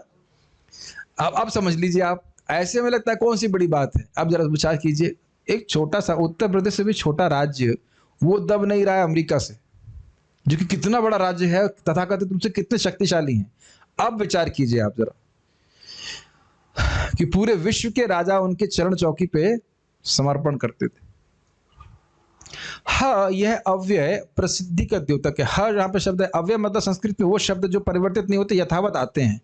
तो मतलब ये बात प्रसिद्ध है कि ह आनिया वो लाते ही थे। ह शब्द ये द्योतित करता है कि वो निश्चित जानते हैं, सब प्रसिद्धि के लिए है कि भाई ये बात प्रसिद्ध थी कि वह अपना धन लाते ही थे और परीक्षित महाराज को दिया करते थे। इसको और स्पष्ट कर रहे हैं, सहासुभी से, प्राणों से भी अधिक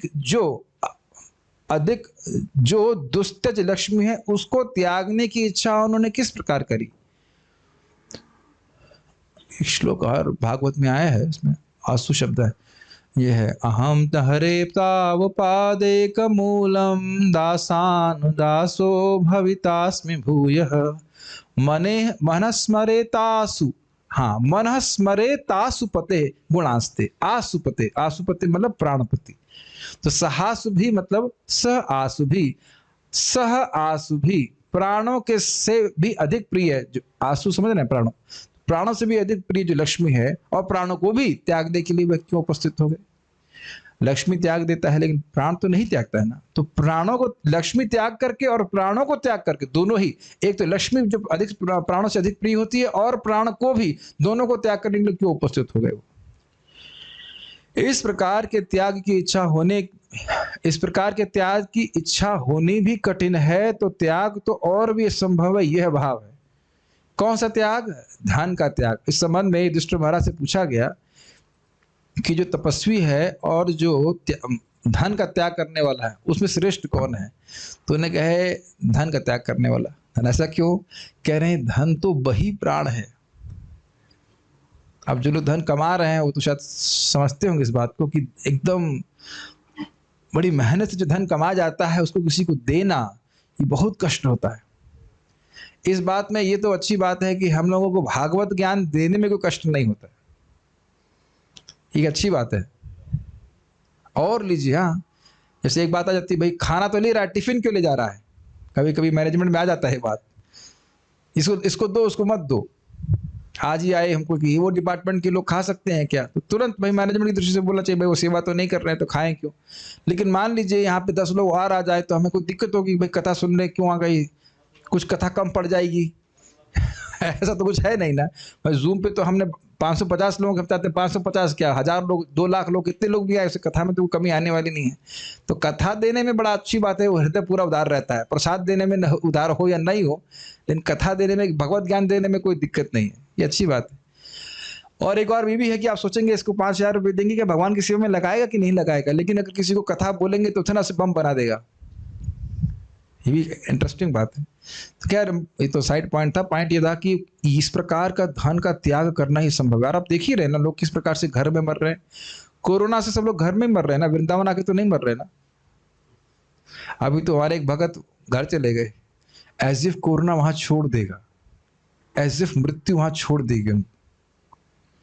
पता नहीं, एक भक्त बता रहे थे, कहीं कुछ संत बोल रहे थे, तुम मृत्यु से डर, ये एक उनकी विशेष बात है, तुमको मृत्यु से डर नहीं लगता जो तुम व्रत छोड़ के जा रहे हो। अच्छा स्टाइल है ना बोलने का, क्या तुमको मृत्यु से डर नहीं लगता जो तुम व्रत छोड़ के जा रहे हो। मतलब जो मरेगा यहाँ वो तो भगवान की प्राप्ति करेगा। तो भगत चले गए वहां पे ऐसे कि वो मृत्यु से बच जाएंगे, जाए कोई दिक्कत नहीं। लेकिन एक साइड पॉइंट है, ऐसा कुछ नहीं है, मतलब ऐसा कुछ नहीं, मतलब ऐसा है ये बात है, यहाँ मरे तो भगवान के पास जाओगे आप। तो हम खाली बात ये कर रहे थे कि इस प्रकार का त्याग असंभव होता है। लोग मरते, हमारे एक ब्रह्मचारी थे पहले, उनके पिताजी बोलते थे मैं मर जाऊंगा लेकिन बिजनेस नहीं छोड़ूंगा। हमने कहा आप बिजनेस नहीं छोड़ेंगे, नहीं बिजनेस जरूर आपको छोड़ देगा। और देख रहे हैं कि उनके बड़े भाई उनकी आंखों के सामने मर गए। इससे हमको एक शिक्षा जरूर ग्रहण करनी चाहिए कि जवानी से ही, युवा अवस्था से भक्ति करेंगे तो चाहेंगे भी तो वृद्धावस्था में छूटेगी नहीं भक्ति। ये बहुत अच्छी शिक्षा प्राप्त होती है। जो जीवन भर किए हैं वही मृत्यु के समय करेंगे। कुछ लग रहा है आपको? ये बहुत अच्छी शिक्षा मुझे मिल रही है कि कर्मी लोगों से भी शिक्षा लेनी चाहिए। जैसे हम मर जाएंगे बिजनेस नहीं छोड़ेंगे, उसी प्रकार से भावना होगी मर जाएंगे लेकिन नाम जब भागवत श्रवण नहीं छोड़ सकते। अभी तो उसका आग्रह और बढ़ता चला जाता है। ये अच्छी बात है। उन पर पूर्व में शत्रु ने विजय नहीं प्राप्त, ये जरा इंटरेस्टिंग है। देखिए, उन पर पूर्व में शत्रु ने विजय नहीं प्राप्त करी होगी, परंतु हो सकता है कि पराक्रम के अभाव से वे पराजित हो गए हों। अगर यह संभावना कोई व्यक्त करे तो कह रहे हैं कि ना, अभी वे पौरुष से युक्त थे। हो सकता है कोरोना हो गया फेफड़ों में पानी भर गया फॉर एग्जाम्पल, मतलब कोई ऐसी बीमारी हो गई हो कि भाई शक्ति नहीं, जैसे हुआ था हिटलर, मैंने सुना उसको क्या मलेरिया से मर गया था बेचारा, पूरे विश्व को जीत लिया लेकिन एक मच्छर ने मार दिया उसको। तो हो सकता हो ऐसा हो गया हो कि भाई कोई बीमारी हो गई हो। ऐसे नेपोलियन बोनापार्टे की भी इसी में सुना था, कुछ बीमारी हो गई थी, कुछ तो व्हाटएवर, उनके बारे में कहाँ से अब बात आ गई, मुझसे नहीं आना चाहिए था, लेकिन हो जाता है। बहुत बड़े व्यक्ति होता है लेकिन एकदम कमजोर हो जाता है। तो हो सकता हो कि भाई वो उनका पौरुष समाप्त हो गया होगी, शक्ति नहीं रहेगी इसलिए छोड़ दी हो। तो कह रहे ना, ऐसा नहीं था। उसके कारण बता रहे हैं कि वे युवा थे, इसलिए उनका ऐसा परित्याग आश्चर्यजनक ही है। इस शब्द से सूचित कर रहे हैं कि अहो, ये थोड़ा सा हिंदी ऊपर नीचे हो गई, मतलब अहो शब्द से इसको सूचित कर रहे हैं कि कितने आश्चर्य की बात है। युवा अवस्था में व्यक्ति भोगों को प्राप्त करने के लिए उद्यत रहता है और वह अन्न जल त्याग करके केवल कृष्ण कथा श्रवण करने में लगे। तात्पर्य, उनके जीवन में कुछ भी अवांछनीय नहीं था, मतलब ऐसा कुछ भी नहीं था जो उनके लिए इच्छित ना हो। अच्छा, इससे पहले हम आगे बढ़ जाए, यहाँ के सम्राटों के बारे में सोच लेते हैं। आपके जीवन में ऐसा कुछ है जो आपको बिल्कुल अच्छा नहीं लगता? होता है सबके जीवन में, भले कोई ना बोले। जैसे हमारे आश्रम में कोई जो भजन नहीं करता है वो मुझे बड़ा खराब लगता है। मुझे कभी कभी मन से प्रार्थना होती है, भगवान इसे कहीं और सेंटर में भेज दो आप। ये तो नहीं बोलता और, लेकिन जो जैसे सुबह उठता नहीं हो, जप नहीं करता, साधना नहीं करता, तो ये यहाँ पे क्यों है ये। और फिर मैं सोचता हूँ, मुझे याद आती है हमारे राधे श्याम प्रभु को किसी ने बताया था कि उनका ही कथन है कि हर आश्रम में भगवान एक भक्त को जरूर रखते हैं जो भक्ति ठीक से ना करे, ताकि इंचार्ज सहिष्णु हो जाए।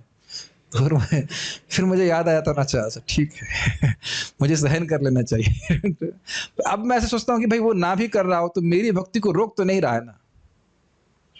ऐसा तो नहीं कह रहा कि मैं भजन ना करूं। अब उसको नहीं समझ में आ रहा है तो क्या कर सकते। इसकी सबसे बड़ी दिक्कत पता है श्रवण का भाव। अगर श्रवण की अभ्यास, मैं आज सोच रहा था इस पे, अगर किसी भी भक्त को श्रवण का अभ्यास शुरुआत से ही हो तो कभी वह अपतित मतलब डिस्ट्रैक्ट नहीं हो सकता है। समझ रहे हैं मेरी बात? इतना प्रबल है, इतना प्रबल है ये श्रवण का तरीका। आपका चित्त, आपका दृष्टि बिल्कुल घुमा देती, बिल्कुल परिवर्तित करती है और सत्य दृष्टि करती है, सत्य दृष्टि करती है। खैर जो भी है, हर व्यक्ति का इस प्रकार से कुछ ना कुछ अवांछनीय होता ही है, ठीक है ना। लेकिन उनके जीवन में इस प्रकार का कोई नहीं था। उन्होंने जो बोल दिया उसमें सब कुछ करना ही पड़ेगा। मंगल आरती बोला तो सबको जाना ही पड़ेगा, ऐसा नहीं कि कोई नहीं जा सकेगा। वे नवयुवक थे और शक्ति एवं ऐश्वर्य के साथ जीवन का भोग कर सकते थे, अतएव सक्रिय जीवन से विराम लेने का कोई प्रश्न नहीं उठता। कई बार लोग, हम तो कहते हैं योग्य नहीं है, कई बार हमसे पूछते हैं आप IIT कानपुर करके साधु बन गए। ऐसा लग रहा है जैसे IIT कानपुर करके साधु बन गए मैं कुछ कर ही नहीं रहा हूँ, कोई मतलब व्यर्थ कर रहा हूँ जीवन। ऐसा बोलते हैं, IIT से पढ़कर आप साधु बन गए, कैसा क्या हुआ? कोई घर में कोई कठिनाई थी क्या? कोई दुख था क्या आपको? उन्हें राज्य कर वसूलने में कोई कठिनाई नहीं थी, क्योंकि वे इतने शक्तिशाली एवं वीर थे कि उनके शत्रु भी उनके चरणों में शीश झुकाते थे और अपने ही हित के लिए अपनी सारी संपत्ति भेंट कर जाते थे। तो स्पष्ट समझ में आ रहा है, वहां कोई मैनेजमेंट में दिक्कत नहीं आ रही थी। इसे कहते हैं he was not fried out. English में एक टर्म होता है फ्राई। अरे फ्राई हो गया मतलब हम परेशान हो गए, जिक गए, ऐसा बोलते हैं ना। ये हमसे हो नहीं रहा, हम परेशान, छोड़ो उसको, हम नहीं कर सकते। ये भावना कहीं नहीं आ रही थी, कोई मैनेजमेंट की उनकी कठिनाई नहीं थी। महाराज परीक्षित पवित्र राजा थे, उन्होंने शत्रु को जीत लिया था, अतः उनका राज्य वैभव संपन्न था। उसमें प्रचुर अन्न, दूध तथा धातुएं थीं और सारे पर्वत तथा नदियां क्षमताओं से भरपूर थे। फलतः भौतिक दृष्टि से सब कुछ संतोषप्रद था। अतएव इस असमय में अपना साम्राज्य एवं जीवन त्याग करने का कोई प्रश्न नहीं उठना चाहिए था। मुनिगण इसके विषय में सुनने के लिए आतुर थे। तो आप एक बात अगर उस धारा को पकड़ रहे हैं, मूल विषय ये है कि ये कथा संभव कैसे हुई। बोलने वाला पागल की तरह घूमता, उसे कोई कुछ बोलने वाला क्या बोल ही नहीं रहा था, वो कुछ बहुत देर कहीं रुकता नहीं था, और ये राजा इतने समृद्ध और ये कथा सुनने के लिए आई। कुछ समझ नहीं आ रहा ये हुआ कैसे, ऐसा कैसे हो गया। तो उसको जानने के लिए वो इच्छुक हैं, उसके उत्तर हमें आगे मिलेंगे। कुछ प्रश्न देख लेता हूँ, किसी वक्त कोई प्रश्न है या कोई कमेंट है? कोई प्रश्न नहीं है?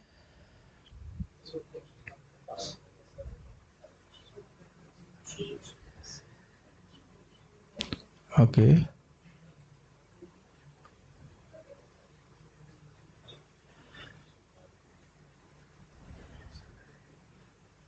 क्या प्रश्न है?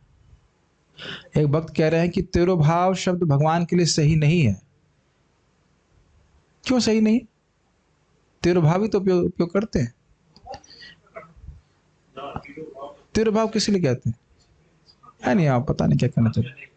तिरुभाव आविर्भाव, जब आविर्भाव कहेंगे तो तिरुभाव क्यों नहीं कहते? है नहीं, पता नहीं। पिबंतम प्रकट कहिए, ठीक है। एक बार एक भक्त बोले कि भगवान का जन्म होता है कि नहीं होता है? तो महाराज बड़ा अच्छे से बोले, परम पूज्य वृंदावन चंद महाराज कहे, भाई आप प्रकटाष्टमी मनाते हैं कि जन्माष्टमी मनाते हैं? प्रकटाष्टमी तो नहीं मनाते हैं ना, जन्माष्टमी मनाते हैं, तो जन्म होता ही है भगवान का। मुझे तो बहुत बार भी भावना आ जाती है कि मुझे तो बिल्कुल भी बुद्धि नहीं है, सभी भक्तों को बहुत ज्ञान है, मुझे कुछ भी नहीं मैं जानती नहीं। सब भक्ति में प्रगति कर रहे हैं और मेरा मन स्थिर नहीं है, भगवान की सेवा अच्छे से नहीं हो रही है, बहुत कमियां हैं मुझ में। अच्छी भाव है, दिस वेरी गुड, और ये भाव बढ़ना चाहिए। मैं छोटा हूं और अन्य भक्त अधिक प्रगतिशील हैं, ये जितना आप प्रगतिशील होंगे उतना ही भाव और बढ़ जाएगा। कुछ ग्रहण कर पा रहे हैं? नहीं समझ आई? हमको ये लगे कि अरे ये भक्त कितना अधिक सेवा कर रहा है, मैं तो कुछ भी नहीं कर रहा, तो यही अच्छा भाव है। Not envy, you are appreciating. भक्तों में ऐसा नहीं होता, अरे देखो कितना अच्छा जप कर रहा है, मैं तो उतने से जब अच्छा जप नहीं कर पा रहा, देखो कितना अच्छा प्रवचन कर रहे हैं भगवान के बारे में, हम तो कुछ नहीं कर रहे हैं। अरे परम पूज्य रामकृष्ण प्रभु जो 3 लाख नाम जप करते हैं, वो कहते हैं हम तो कुछ नहीं कर रहे हैं, आप लोग प्रीचिंग कर रहे हैं, अच्छा कर रहे हैं। ये भक्ति का स्वरूप ही है। जितना हम अच्छे से, अगर कोई गंभीर भक्त गंभीरता से भक्ति कर रहा है, उसको हमेशा लगे कि अन्य भक्त कितने अच्छे से भक्ति कर रहे हैं, हम तो नहीं करें, इससे कुछ डिप्रेशन नहीं आता है। ये नम्रता है, हृदय में आनी चाहिए, ये आनी चाहिए। मैं तो ये देख रहा हूँ कि हमारे जो स्टूडेंट्स हैं वो इतना बढ़िया जब करते हैं, सोचा अगर 13 साल मैंने किया होता ऐसे तो मैं कितना अच्छी प्रगति कर लिया हो। स्पेशली किसी से कोई लोग झगड़ा नहीं करते। मैं जो मैनेजमेंट के नाते बहुत सारी कुछ नेगेटिव भी सुनना पड़ता है, ये वो उसका दोष देखने पड़ जाते हैं, देखो वो उठता नहीं मंगल आरती, उसको डांटो, ये कितने नेगेटिविटी। मैं देख रहा हूँ किस प्रकार से एकादशी में धूम धम धम धम धम बिना कुछ खाए पिए 64 माला, तो आंखें खुली रह जाती हैं, बाप रे कितना अद्भुत भक्ति कर रहे हैं लोग। अब नाम नहीं रखूंगा, सब लोग भूल जाएंगे इसलिए मैं बोलूंगा नहीं, लेकिन कितना गंभीरता, देखो कितनी आसानी से लोग 3:30 बजे उठ रहे हैं। हमें 3:30 बजे उठने के लिए कितने 7 साल से ऊपर अधिक लग गया होगा, जब मंदिर ज्वाइन किया तब। हाँ, मैं रोज 3 बजे का अलार्म लगाता हूँ, लेकिन मतलब ब्रेक मारते मारते भी 3:30 से पहले बहुत 3:16 3:20 उठ पाता हूँ। फिर मेरा मन बोलता है देखो लोग 3 बजे उठ के स्नान करके 3 बजे उठ के जब कर रहे हो। तो ये हर भक्त में भावना होनी चाहिए, देखो कितना सेवा कर रहे हैं। जैसे प्रैक्टिकली हमारे करना हो तो कितना वैष्णव की सेवा करते हैं, और मन में तो भाव आता है रोज करना, ये बहुत बड़ी बात है। 1 दिन कर दोगे, 2 दिन कर दोगे। मैं 2-4 साल खिचड़ी बनाया करता था, तो सोचता वाह कितनी वैष्णव सेवा कर रहा हूँ ऐसे सोचता था ना, कितनी वैष्णव सेवा कर रहा हूँ, नॉन स्टॉप सेवा। ऐसे बहुत सारे भक्तों क्या भक्त का गुण देखेंगे ना। मैं तो हमारे जो भक्त बाथरूम साफ करते हैं, मैं सोचता हूँ कि मुझे सेवा मिल जाएगी तो मेरे को वो डांट लगाते हैं, मैं तो उतने से सफाई कर नहीं सकता जितने से वो करते हैं। So many devotees, every devotee is so, इससे हमारे हृदय में बहुत अच्छी भावना आती है। हर भक्त में आप एक गुण देख लेंगे जो आप में नहीं है, ये हमेशा रहता है, कोई विशेष गुण रहता है हर भक्त में। तो ये अच्छी भावना, इसमें कोई नेगेटिव भावना नहीं रखनी चाहिए, ठीक है ना। हाँ, मिरेकल शब्द है, miracle, all of us are a miracle of God, ये शब्द यूज किए थे। तो बहुत दुखी है कि मंदिर क्लोज हो रहा है, मंदिर क्लोज हो रहा है लेकिन कथा क्लोज नहीं हो रही है कथा पे लॉकडाउन नहीं लगा रहा है, गवर्नमेंट हमारे मुंह पे ताला नहीं लगा रही है, ठीक है कि नहीं। तो कथा श्रवण कर ही सकते हैं, ये वायरस तो फैला ही सकते हैं कृष्ण कथा का। 4th में मैथ्स के टेस्ट में फेल हो गई थी अच्छा, मम्मी पापा को 10 पेज का सॉरी लेटर लिखा था, it seem like the end of the world at that time. बहुत अच्छा रियलाइजेशन कर रहे थे, दुनिया समाप्त हो गई। एक्चुअली सही कह रहे हैं, मेरा भी ऐसे 4th में क्लास में हिस्ट्री में पढ़ा नहीं था मैंने, बेवकूफ़ी की हिस्ट्री, तो बड़ा हाथ पैर फूल गए थे ना, हाथ खड़े कर देते हैं ऐसे करके। ये बात बहुत लौकिक सी लग रही होगी, लेकिन अपने जीवन में समझिए। जैसे मैं एक बता रहा हूँ, एक माता जी ने मुझे फ़ोन किया था, मतलब माता जी की माँ, कि मेरी लड़की कह रही है कि शादी नहीं करूँगी, ये करूँगी वो। ठीक है भाई, और अब उनको कोरोना हो गया है। अब भगवान करे वो बच जाएं, लेकिन एक्चुअली वो मृत्यु के पास है कि नहीं, हो सकता है कोरोना उनको मार ही दे। और ये घटना मेरे ख्याल से 20-25 दिन पहले की बात। मैं सोच रहा था कि वे अपने बारे में चिंता, और 2 माता जी ऐसी हैं, 2 माता जियों को, वो डिवोटी माता जी हैं, उनको अपनी लड़कियों की शादी की बड़ी चिंता है, और दोनों अच्छे डिवोटी ही होंगे, 16 माला जब करते हैं, मैं ऐसे कुछ नहीं कह रहा, कोई नेगेटिव नहीं बोल रहा हूँ, लेकिन ये नहीं, और दोनों को कोरोना हो गया और बड़ी गंभीर अवस्था में। दूसरे वाले का पता नहीं, एक तो बहुत गंभीर अवस्था में है, एकदम प्राण आगे पीछे चल रहा है, ऐसा कुछ। बच ही जाएंगे भगवान की कृपा से। लेकिन ये देख रहे हैं कि हमारे खुद के हर व्यक्ति के पांव प्रैक्टिकली कब्रों में लटके हुए हैं, और इतना चिंता कर रहे हैं, ये हो जाएगा, वो हो जाएगा, ऐसा कि उसका वैसा हो जाएगा। ठीक है, व्यवहार में आप कीजिए, लेकिन अपने चिंता जरूर करनी चाहिए कि मेरे कहाँ पे पहुंच रहे हैं। और एवरीथिंग आप लोग पता नहीं अनुभव करते हैं कि नहीं, मैं तो रोज शाम को अनुभव करता हूँ, whatever material things we are doing is of no value. बस यही सुख है कि हम भगवान के बारे में कुछ सुन पाए, भगवान का नाम जप कर पाए। और ध्यान रखिए, जितनी बार आप भागवत श्रवण कर रहे हैं, आप देख रहे हैं अपना साम्राज्य एवं जीवन, एकदम बुद्धू भी क्यों ना हो, एकदम डल भी क्यों ना हो, हम देख रहे हैं तो हमारा ट्रांसफॉर्मेशन हो रहा है, और बहुत अद्भुत ट्रांसफॉर्मेशन है। हर बार प्रसाद खा रहे हैं, कितना हो डल हो, कुछ ट्रांसफॉर्मेशन हो रहा है। ग्रहण कर रहे हैं, मंदिर जा रहे हैं, बिल्कुल एब्सेंट माइंडेड भी क्यों ना हो, भक्ति के प्रोसेस में है, अनजान कैसे भी कर रहे हैं, हमारा परिवर्तन हो रहा है। करते रहेंगे तो आप अपने में परिवर्तन अनुभव करेंगे। तो बोल रहे हैं we should know the syllabus of our death but not date sheet. ये आपकी मैं शिक्षा समझ नहीं पाया। I can see so many wealthy people just suffering and helpless in corona, money can't help them. Yes, Prabhupada ji कहते हैं हमारा आश्रय एक व्यक्ति है, धन नहीं है। और कोई प्रश्न कमेंट्स है ना? पगला गए हैं सब, पता नहीं क्या कहना चाहते हैं। Maharaj Parikshit was a Kshatriya, so why he left everything, isn't it will be considered bad thing age. ये बड़ा अच्छा प्रश्न है। प्रश्न ये है कि महाराज परीक्षित तो क्षत्रिय थे और उनको राज्य करना चाहिए था, जैसा कि भगवान ने अर्जुन को बोला था, यदि तुम मर भी जाओ तो भी तुम्हें युद्ध करना चाहिए। तो परीक्षित महाराज ने युद्ध क्यों नहीं किया और वह इस प्रकार से छोड़ दिए राज्य को? इसी प्रश्न को उठाया गया। आप पढ़ के तो मतलब माता जी लग रहा पढ़ के आई है, पता नहीं, वैसे अभी तो मैंने पोस्टिंग नहीं किया तो पढ़ाई कैसे, मुझे समझ में नहीं आ रहा। यही प्रश्न कह रहे थे कि उनका शरीर, चलो भाई तुम त्याग दिए अलग बात है, लेकिन वैष्णव तो दूसरों के लिए जीते हैं, अपने लिए नहीं जीते। ये बहुत गंभीर प्रश्न कल आएगा कि उनका शरीर तो दूसरों के लिए आश्रय था। जैसे भी यहाँ पे प्रश्न उठाया गया, बहुत अच्छा प्रश्न किया गया कि उनका शरीर तो दूसरों के लिए कल्याण के लिए था ना, तो उसको क्यों त्याग दिए? चलो अपने लिए आप त्याग दे अलग बात है, लेकिन उनके शरीर से तो बहुत धर्म साधन हो रहा था ना, तो वह क्यों त्याग दिए? तो उस प्रश्न का उत्तर हम आगे सुनेंगे, लेकिन ये प्रश्न बहुत अच्छा है। देखिए, कभी कभी उच्चतर गोल के लिए कुछ निम्नतर गोल्स को छोड़ दिया जाता है। महाप्रभु ने संन्यास क्यों लिया बताइए? क्या पत्नी विष्णुप्रिया उनको कुछ खराब बोल रही थी? मूर्ति लक्ष्मी जी स्वयं है, इज इट नॉट?